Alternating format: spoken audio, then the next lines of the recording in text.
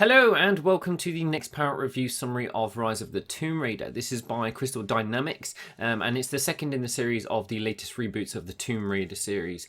This is published by Square Enix and one thing I just want to mention about this Tomb Raider thing is it's not actually that long of a game from the main storyline point. This is very much similar to the reboot in itself. It's got a lot of the same mechanics, a lot of the same items, and just a general similar feel. Not to say that the original one wasn't good, but you know, there was a lot of quick time events in that game, and you know, I thought it was fairly commonplace that developers were aware quick time events are not the sort of thing we're looking for in great numbers. But this game has sort of addressed a few of the issues in the previous title and improved a lot of things and just added a lot of really cool stuff. So as I was saying, main storyline's only 10 hours or so. I took day off my other work and blitzed through this game over 2 evenings and a day and finished the whole thing, and I'm up to about 60-something% completion, just under 70%, and after finishing the main quest and doing I think 4 or 5 tombs and just uncovering stuff that was in the near vicinity and not gathering too much. So there is about 30-35% worth of side optional content on top of those 10 hours. So you're probably looking at something around 15 to 17 hours total completion gameplay time. But then of course you do have the expedition modes on top of that as well. So if you're someone that's thinking about this in terms of dollar per hour entertainment, probably not that high. But you know, of those 10 hours, the gameplay overall is actually pretty damn good. I have to say. I got the code on Tuesday, I think, and immediately started playing it and thought, oh god, I'm never going to get this review up for Thursday or Friday. But after pumping through all this and then reading a couple of other reviews that came out when the NDA lifted, I'm not sure I 100% agree with these almost 10-point score things, because there are a few little nuances. And basically those surround the fact that, yes, there's only 10 hours of sort of main storyline content. There are still quite a number of QTE QuickTime events. Not that many. There's just a couple at sort of key aspects of the storyline as you're progressing through. So I'd say at most there's probably about 5. And then there's like little tiny ones when you're jumping from ledge to ledge. You might have to press E or press F quickly in order to not die. So there's that thing. But also some of the more serious aspects of the game, some of the more action-y packed bits are quite heavily scripted. So throughout the game, I think there's 3 events where you're running away from something or you're escaping something.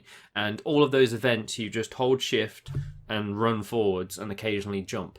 And these massive sequences of events that are everything's collapsing and everything's exploding, it's really scripted. So you're supposed to think, oh my goodness, I'm on the edge of my seat, press spamming space here.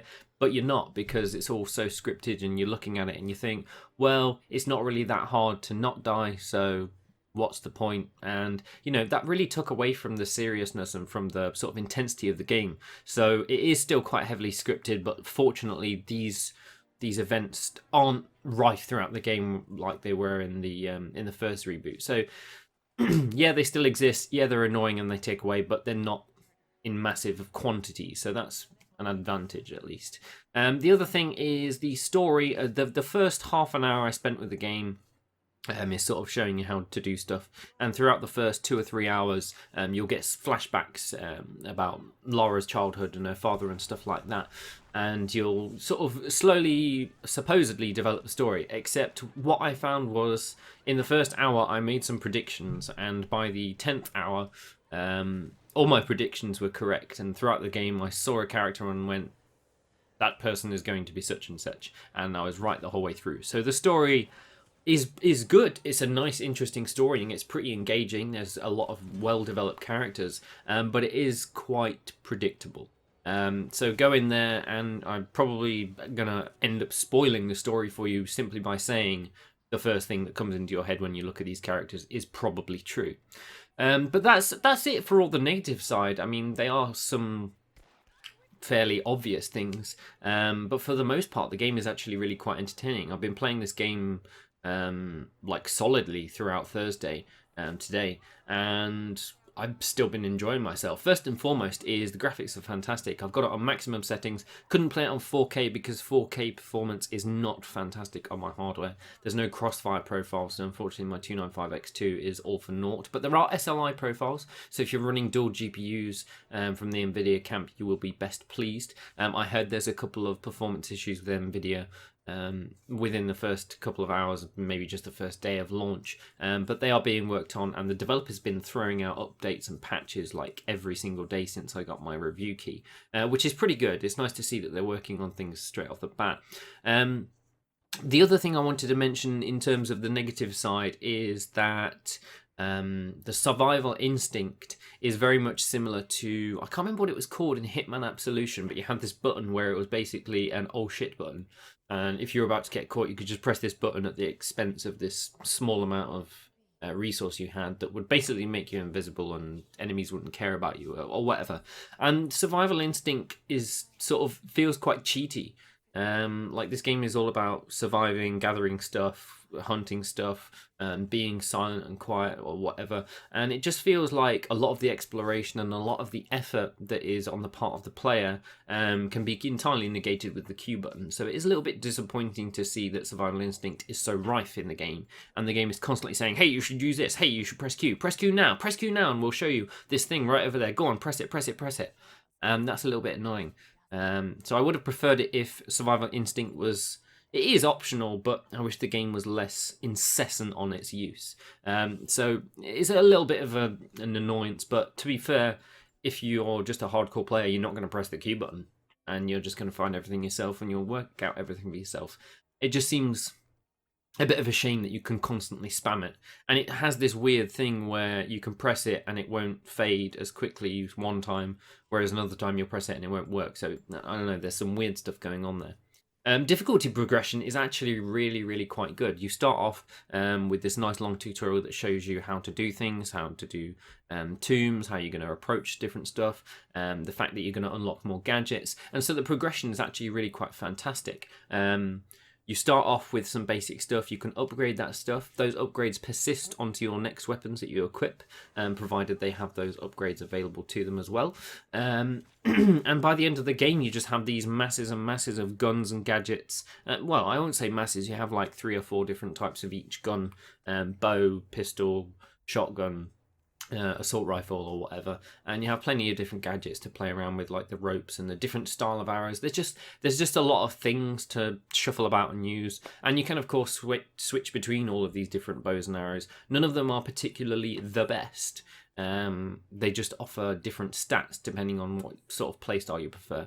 I went heavy on the bow, and so I went for like a high damage bow that had a reasonably decent redraw speed, and you also get some really sweet passive skills when you do tombs. For example, if you spam the click after you fired an arrow, you'll then fire 2 without having to redraw. It's just nice little additions like that, and so the difficulty of the enemies and the quantity of the enemies and how tough they are, it scales. It's a pretty nice curve, and then the further you progress, you'll then see new enemies from the deathless people, which you'll figure out halfway through the game. And it's well balanced overall, and with these masses of gadgets, it just makes the whole experience a nice sort of smooth arc, as opposed to a jarring area in Kerbal Space Program when you sort of go like this, and then sort of go back on yourself.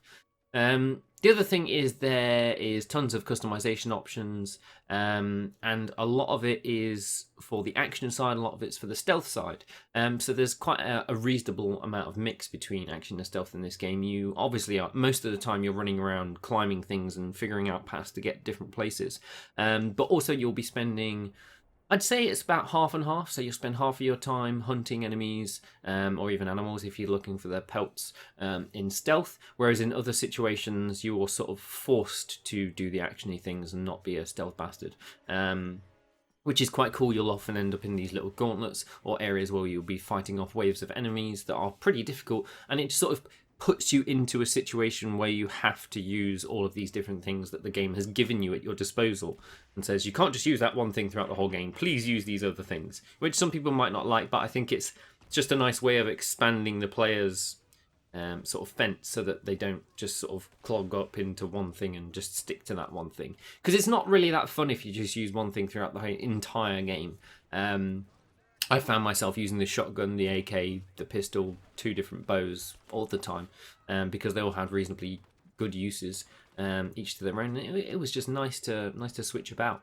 The other thing is the tombs are surprisingly challenging, and usually what they involve is you progressing and exploring and travelling through different areas, figuring out a way to get to different places, and then they sort of involve this one large overarching puzzle that you'll have to solve. And very often you'll find yourself sort of sat there and you're just staring at the room, maybe you'll tap survival instinct, looking about at all the things you can do.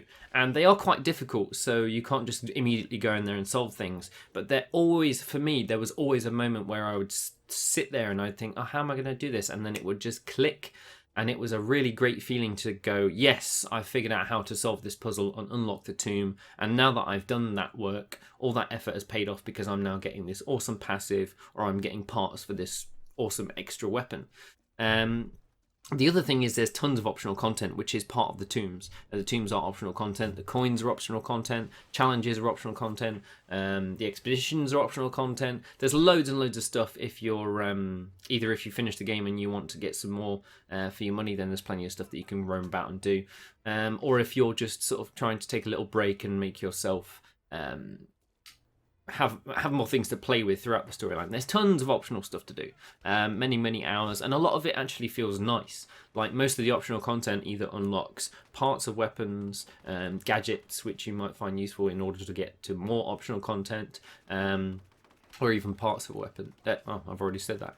Yeah, and yeah, the reward for this optional content and exploration is actually pretty damn good. So you'll get I think some of the tombs will unlock like this mythic bow, which is like an ancient bow. So you'll have the crappy bow you start off with, then a recurve bow, then a compound bow, and then you'll unlock this mythic one if you actually bother to collect all of your gadgets and go and do all those tombs. And if you do a decent amount of exploration, then you'll unlock parts for new guns, heavy pistol, automatic shotgun, break shotgun, tons of stuff. There's just loads of optional stuff, and it's all worth doing. And it's all different, it's all interesting, and all the puzzles are reasonably well laid out and it's quite intelligently designed, to be perfectly honest. The story is pretty good and the characters are quite well defined, so it's easy to sort of get into the story. A lot of games either don't do anything when it comes to sort of developing specific characters, and other games have too many characters and force you to either spread yourself thin of learning these things. But this is actually quite nicely done. You've got sort of 5 or 6 mainish characters, but they're all sort of set aside and focused on different one here and there, and it does a reasonably good job of progressing through all of that. So overall, I think the game is actually pretty great. I enjoyed this one a lot more than the previous Tomb Raider title, which was by no means bad. It was just a bit too heavy on the QTEs for my tastes, and while this one does feel slightly linear in its way of doing things, particularly towards the end, it's very linear. It still feels less linear than the original title. There's more sort of stuff to do than the original title, and it just feels like it definitely stands up on its own. So really, it is a good quality game. If you're only going to play the main storyline and then quit, then bear in mind it's only 10 hours long, and factor in how much you're willing to pay for that 10 hours worth of storyline. But overall, I would say it's definitely worth it if you're going to play about with the main, optional, and even these expeditions. There is another review going up of Bombshell. It's either going to go up at the same time as this or very slightly after. We're hoping to put this one out as soon as possible. And yeah, obviously the Saturday Next Week in Gaming episode might be a little bit late this weekend because I've been doing 2 reviews, so it's been quite busy. But we will have one up for you this week, and we will be announcing our review for next week, which is an indie title, which is quite exciting. I was going to review it back in December, but it didn't release as planned, but it still looks pretty cool, so look out for that. And of course, yeah, we'll see you next week on Thursday for our normal weekly review. Everything will be resumed as normal time, and I can stop taking days off my other work and just chill out and play games as relaxing as possible. So yeah, hope you guys have enjoyed this review, and we'll see you guys this weekend.